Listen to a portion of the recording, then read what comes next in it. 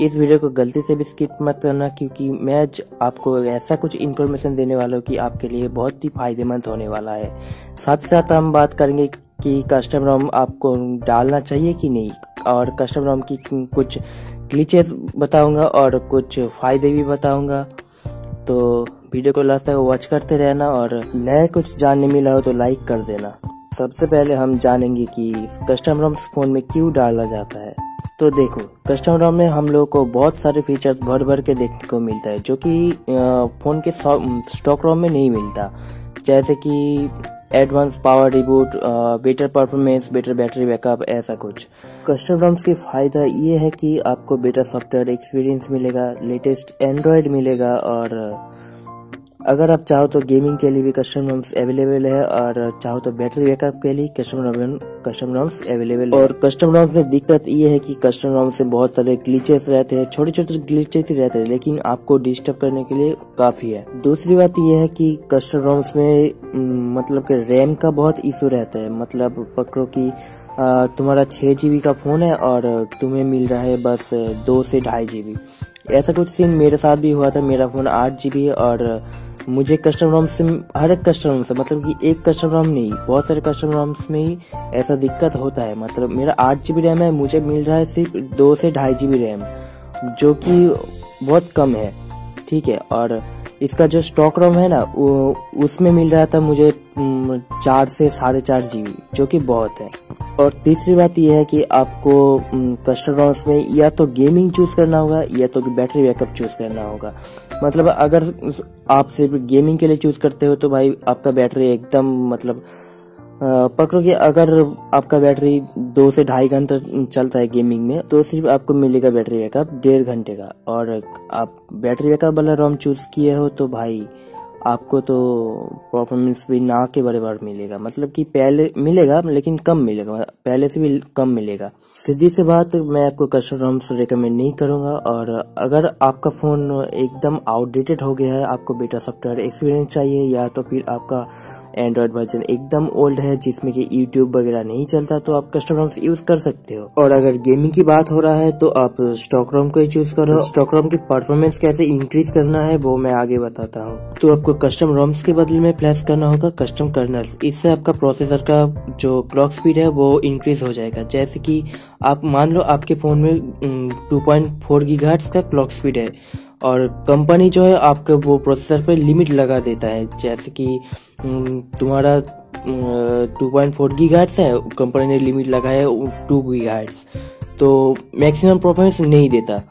तो खूब मतलब बहुत रेयरली आपको वो 2.4 GHz मिलता है। गेमिंग के दौरान ज्यादातर टाइम नहीं मिलता है। सबसे पहले जानो कर्नल होता है।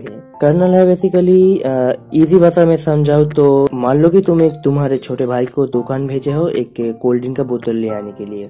तो तुम्हारा भाई दुकान गया और एक कोल्ड ड्रिंक का बोतल उधर उठा के ले आया। तो यहाँ पर कर्नल हुआ तुम्हारा भाई, और सॉफ्टवेयर हुआ तुम, और जो दुकानदार है वो हुआ हार्डवेयर। मतलब कर्नल है सॉफ्टवेयर और हार्डवेयर का बीच का कनेक्शन। फिर से सोचो कि मैंने तुम्हारे छोटे भाई को चेंज कर दिया और ले आए एक बड़े भाई।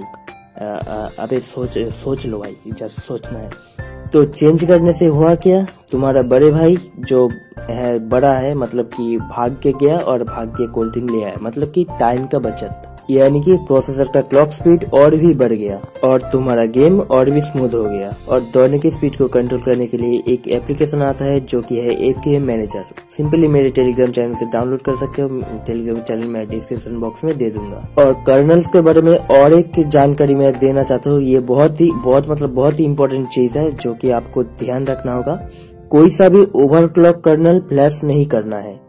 फिर से बोल रहा हूँ, कोई सा भी ओवरक्लॉक कर्नल नहीं फ्लैश करना है, क्योंकि इसमें बहुत रिस्क है। जैसे कि आपका फोन ब्रेक भी हो सकता है, डेड भी हो सकता है, कोई गारंटी नहीं है। आपको कर्नल फ्लैश करना है मैक्स परफॉर्मेंस कर्नल। मतलब कि मान लो तुम्हारा प्रोसेसर 2.4 GHz और तुमने कर्नल फ्लैश करने के बाद तुम्हारा फोन हो गया 2.8 GHz, तो वो कैसे इतना लोड झेल पाएगा बताओ। इसलिए फोन डेड हो जाता है। तो आपको करना यह है कि 2.4 GHz वाला ही कर्नल फ्लैश करना है, क्योंकि जो स्टॉक कर्नल होता है उसमें 2.4 GHz तो मैक्सिमम नहीं देता, 2.8 GHz देता है। 2.8 नहीं 1.8 गीगाहर्ट्ज देता है, जो कि बहुत कम है। एग्जाम्पल के तौर पर देख लो मेरा पोको F1 डिवाइस, इसमें 2.8 गीगाहर्ट्ज का प्रोसेसर लगा हुआ है, स्नैपड्रैगन 845, और इसका जो स्टॉक कर्नल है उसमें मुझे मिलता है 1.6 गीगाहर्ट्ज। मतलब सोच सकते हो ना कि कितना कम। और उसमें तो BGMI भी हैंग करता है, मतलब बहुत ज्यादा हैंग करता है। रैंकेड मैच छोड़ो, नॉर्मल ट्रेनिंग मैच में ही ये लैग करता है। अभी जो तुम बैकग्राउंड में गेम प्ले देख लो ना, ये मेरा पोको F1 के ही है, वो भी HDR+ 60 FPS में। मैं इसमें वो कर्नल फ्लैश किया हूँ और उसके बाद इसका परफॉर्मेंस देख सकते हो। करीब 8 मिनट में गेम खेला हूँ और HDR 60 FPS में विद रिकॉर्डिंग 1080p रिकॉर्डिंग भी है इसके साथ। और इसका परफॉर्मेंस देख ही सकते हो भाई, तुम्हारा सामने है। इसका परफॉर्मेंस मतलब बहुत ज्यादा इंक्रीज हो गया है और हॉट ड्रॉप में भी 50 FPS के नीचे नहीं जाता। बाकी मैं आपको कर्नल फ्लैश करना नहीं दिखा सकता क्योंकि एज ए प्राइमरी डिवाइस मेरे पास एक ही है, और YouTube में ऐसे पोको F1 के लिए बहुत सारे वीडियोस है और बाकी डिवाइसों के लिए आप भी देख सकते हो। और मैं पोको F1 के कर्नल मैं आपको टेलीग्राम चैनल में दे दूंगा। आप YouTube पे आपके फोन के कर्नल्स के बारे में सर्च कर सकते हो, वो अगर अवेलेबल हुआ तो बहुत अच्छा है, अगर नहीं हुआ तो कुछ नहीं कर सकते हम। और अगर वीडियो में कुछ इंटरेस्टिंग जानने मिला हो तो लाइक कर देना। और मेरे चैनल का सब्सक्राइबर बहुत कम है, अगर चाहो तो सब्सक्राइब भी कर सकते हो। अगर आपके मन में कोई भी डाउट हो तो कमेंट कर देना। मिलता हूँ नेक्स्ट वीडियो में, बाय बाय।